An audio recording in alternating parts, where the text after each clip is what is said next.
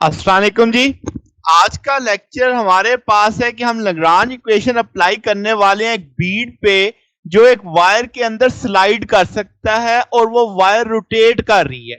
यानी कि आपके पास एक बीड की मोशन पे हमने देखना है जो एक वायर के अंदर यानी स्लाइड कर सकता है और वायर एक एंगुलर फ्रीक्वेंसी के साथ रोटेट कर रही है। तो इसका मतलब आप टाइम डिपेंडेंट कंस्ट्रेंट का एक सिचुएशन देखने वाले हैं। लेट्स से हमारे पास हेडिंग होगी Lagrange equation for a Beed sliding on a uniformly rotating wire. ये हमारी मेन हेडिंग है। तो आपके पास आपको एक वायर दिख रही है जो स्ट्रेट है, जो एक जी एक्सिस के गिर्द रोटेट कर रही है और जी एक्सिस के साथ परपेंडिकुलर है। आपके पास बीड कितनी दूरी पे है, आर दूरी पे है, और वायर की जो एंगुलर फ्रीक्वेंसी है दैट इज ओमेगा। ठीक है। अब बीड यहां से स्लाइड कर सकता है। अब आपके पास ये एक तरह से एग्जांपल है टाइम डिपेंडेंट कंस्ट्रेंट की कि आप किस लम्हे उसको किस जगह पे आप देख रहे हैं।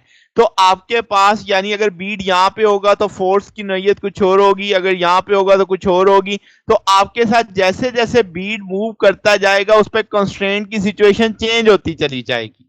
तो आपके पास थीटा डॉट एंगुलर फ्रीक्वेंसी को जाहिर करेगा, हम कहेंगे D theta by d T is omega है। अब यहां पे अगर आप सोचें तो जो बीड है उसको कितनी फ्रीडम है, वो जस्ट एक वायर के अलोंग ही चल सकता है ना। तो इसका मतलब 1 डिग्री ऑफ फ्रीडम है, तो एक ही जनरलाइज कोऑर्डिनेट भी होगा। ठीक है, हम उसे आर मान लेते हैं। तो काइनेटिक एनर्जी की बात करें तो अब चूंकि ये रोटेशन भी है साथ में, आप इस फिक्स से समझ सकते हैं।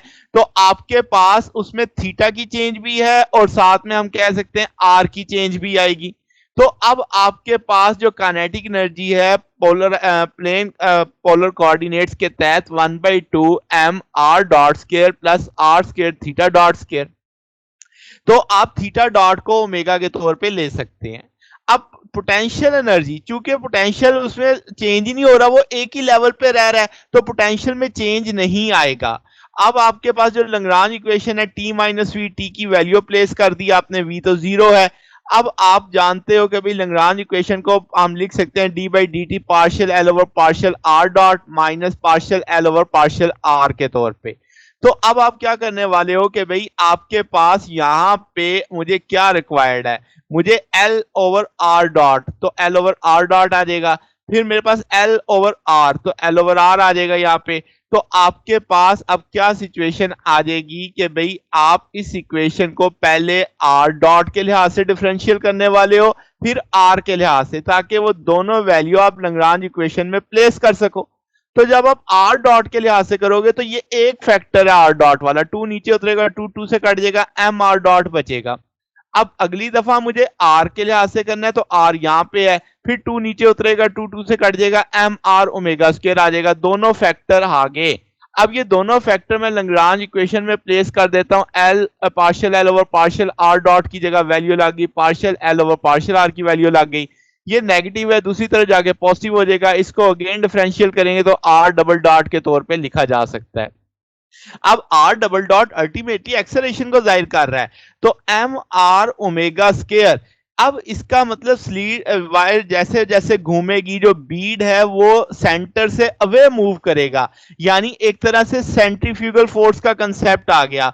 तो ये जो आपको इक्वेशन आ रही है ये अब आपको सेंट्रीफ्यूगल ही शो कर रहा है, पॉजिटिव में आ रहा है ना। सेंट्रीपिटल होता तो नेगेटिव होता, जो इनवर्ड डायरेक्शन शो कर रहा होता, ये पॉजिटिव में आई है, इसका नहीं, ये सेंट्रीफ्यूगल को रिप्रेजेंट कर रही है। तो ये जनाब आपके पास एक छोटा सा केस था जिसमें हमने लैग्रांज इक्वेशन को अप्लाई किया। अब आप सीख चुके होंगे कि लैग्रांज इक्वेशन को कैसे हमने लेके चलना होता है। काइनेटिक एनर्जी निकालो, सिस्टम की पोटेंशियल एनर्जी निकालो, लैग्रांज फंक्शन बनाओ, लैग्रांज इक्वेशन में वैल्यू प्लेस करो, तो आपके पास जवाब आ जाता है।